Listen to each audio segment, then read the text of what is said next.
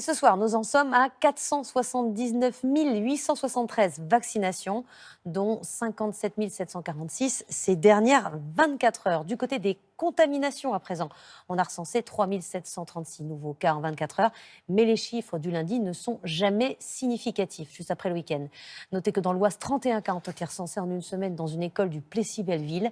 L'établissement a dû fermer cet après-midi. Le gouvernement l'a dit, la fermeture générale des établissements scolaires est écartée, elle le sera le plus longtemps possible. On sait cependant que les enfants transmettent eux aussi le virus, d'où l'intérêt de les vacciner pour mettre fin à l'épidémie. C'est le monsieur vaccin, le professeur Alain Fischer, qui l'a évoqué en fin de semaine. Jusqu'ici, ce n'était pas prévu. Caroline Sins, Alain Location. Ils sont pour l'instant exclus de la vaccination. Mais après les adultes, les enfants pourraient eux aussi être vaccinés. Un sujet sensible qui interroge les parents d'élèves.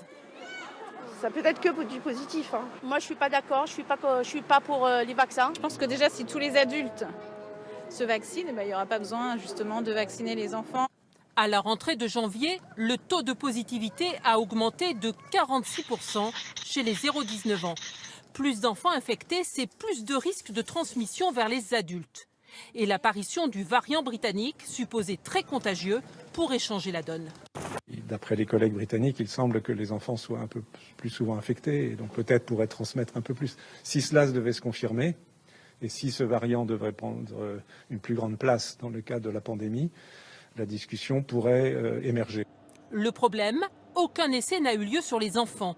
Des études sont en cours aux États-Unis sur la vaccination des 12-18 ans. Des tests indispensables pour voir comment ils réagissent au vaccin et s'il y a des effets secondaires. Est-ce qu'ils sont susceptibles de répondre sur le plan immunitaire, de fabriquer des anticorps comme les adultes? On pense que ça va être comme ça, mais on n'a pas encore la certitude. Par contre, la tolérance est extrêmement importante à considérer chez l'enfant parce qu'ils sont jeunes, ils n'ont pas forcément le même profil de tolérance que les adultes. Et si les enfants étaient vaccinés, ceux qui souffrent de maladies génétiques ou greffées devraient l'être en priorité. Une éventuelle vaccination généralisée des enfants pourrait avoir lieu à la fin de l'année.